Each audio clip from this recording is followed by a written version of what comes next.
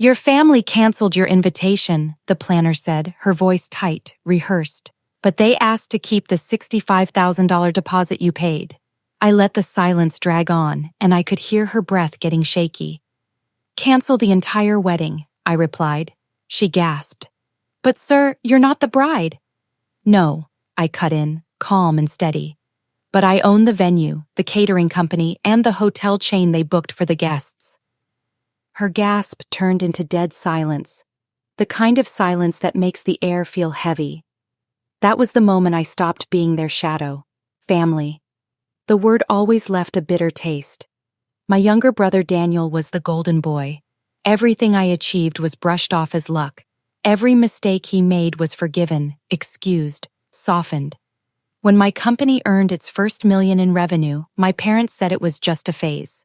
When Daniel landed a mid-level banking job, they threw a party. And when he got engaged, they called it the event of the decade. I congratulated him. I even offered to help cover the costs. It wasn't pure kindness, it was me, still foolishly hoping to belong. I wrote the check, $65,000 as a deposit for the venue. My venue. I didn't tell them that part. For once I wanted to give with no strings attached. But family never changes. The warning signs came early, missed calls, ignored texts, conversations that died the second I walked in. Then came the planner's call, cold, surgical.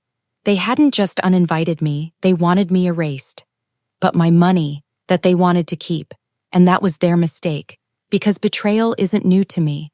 I built my life in silence, in shadows, making deals behind doors they never cared to open. They thought I was the outsider. In truth, I was the ground they walked on without ever noticing. And I was done carrying their weight. I didn't scream, I didn't beg, I didn't demand explanations. I started planning. Step 1. The venue. Simple. My name was on the deed. Their contract disappeared with a single signature. Step 2. The catering, my company. The menus, the staff, the drinks, all mine. I froze every order. The chefs stood down. Step 3. The hotel, my chain. 300 guests expecting sweets and champagne. Instead, they got canceled reservations, refunds issued, accounts flagged. The wedding they bragged about for months vanished into thin air. I didn't need to lift a hand, just a pen. The confrontation came faster than I thought. My brother stormed into my office, no appointment, no warning, just pure rage stuffed inside a suit he could never afford without our parents' help. You destroyed everything, he shouted. I leaned back in my chair. I canceled what was mine. His face twisted. It wasn't yours. It was ours. Family. I let out a laugh, low and sharp. Family? Is that what you call canceling my invitation behind my back? Stealing my money? Pretending I don't exist unless you need me to bankroll your life? He flinched. The truth hit harder than my calmness. You always thought you were better than us, he muttered. No, I said evenly. I knew I was on my own. And I built everything despite you. His silence told me he finally understood, maybe for the very first time.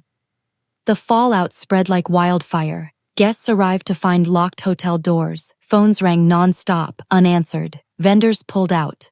The venue stood empty, dark, guarded by staff under strict orders. My parents called, first furious, then desperate. I didn't pick up. By nightfall, social media was buzzing. The wedding's canceled, no hotel, no catering, just humiliation. And humiliation doesn't roar, it whispers. It's the quiet sound of expectations collapsing in front of an audience. That night, I sat in my penthouse, glass of whiskey in hand, staring at the city lights. Not gloating, just breathing for the first time. Not the forgotten sun, not the afterthought. They erased me from their story, so I erased their story altogether. Not out of spite, out of balance. Actions meet consequences. Lies meet truth. Greed meets silence. When my brother finally called, his voice was cracked, broken. You could have just said no, he whispered. I let the words sit in the air before answering. And you could have treated me like family. Then I hung up.